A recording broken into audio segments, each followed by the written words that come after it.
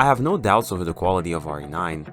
I know it's going to be a good game like the others that just released, but is it going to be an exceptional game that reaches the peak of the past pedigree of Capcom?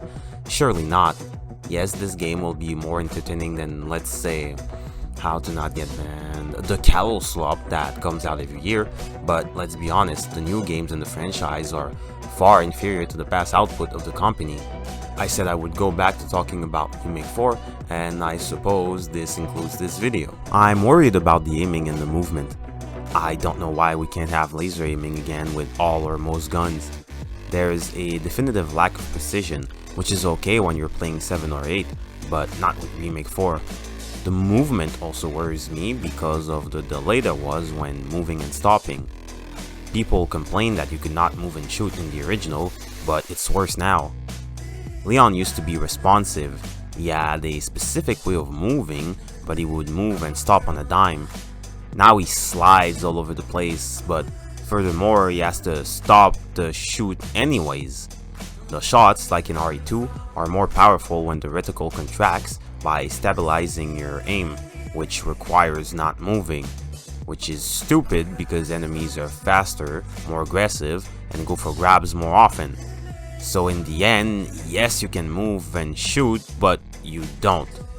You also control worse, so what's the point of changing the controls? People complain endlessly about the controls of the original RE4, but again, for me, it's like hearing that you don't want to drive a car because it's manual, and that you'd rather drive the car that's automatic, but that car has the brakes that don't function a third of the time.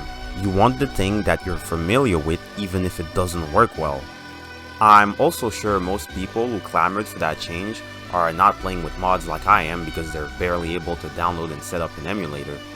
I know they don't have the improved controls, and I know they're probably too happy to move and shoot to notice that they're not actually doing maximum damage. Speaking of compromise, the campaigns seem like a compromise too. Both gameplay loops look great, but just make them two different games. They're doing the same mistake they always make where they have a decent horror campaign, but it devolves into action. In the originals, that meant just having a lot more ammo by the end, but now it means becoming a bad version of RE4. Revelations 1 suffers because of that, because you have to tack on Resident Evil 4 sections when you have a really decent and competent horror section. Now it looks like the action segments, though, are actually an improved version of RE4. You actually have Leon doing kicks. So why not two campaigns like the classics and not the Code Veronica style of following one another, just in case you want to do one in priority over the other?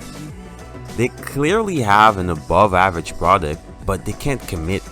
To be the best of something, you have to specialize and choose a path. You can do other things, but the more you do, the more you dilute yourself, and those two drastically different campaigns seem like a compromise. The gameplay adjustments to aiming and shooting were compromises also. I don't mind a game where I can move and shoot. Something like RE4 is not as good as something like Vanquish, and it's not unique like RE4 original. You know the old saying, by trying to please everyone, you please no one. Okay, now for the bullet points. There's also those products they advertise that no one can afford. Can we have a normal game budget again? Your subsurface scattering is not making this game more entertaining. Yes, I know it's here for advertising and probably investors. Can we stop with this idea that the character has to be inexperienced for us to be afraid? It reminds me of how Sonic the Hedgehog became a victim of his own gimmick, and he has to go fast. So now you have boost gameplay where all you do is run in a straight line. It's an idea that people perpetuate that just damages the franchise. RE4 was a shooter, but some moments were tense, even though Leon was at his peak. It's just an excuse to not make a horror game. You know what helps with tension? Having the characters shut up. All the horror was taken out of 4 Remake because characters kept interrupting. But again, horror was always a category of game that was kinda niche, and even making millions now is not enough. Can we also stop with invincible enemies? It's not just that it stops being scary, it's also that I don't want every horror game to have the same identity. It's already enough to have to think about the padding of the regular enemies. I don't want to have an invincible enemy that completely destroys the flow of the game. The crafting is RE3 by the way, not RE2.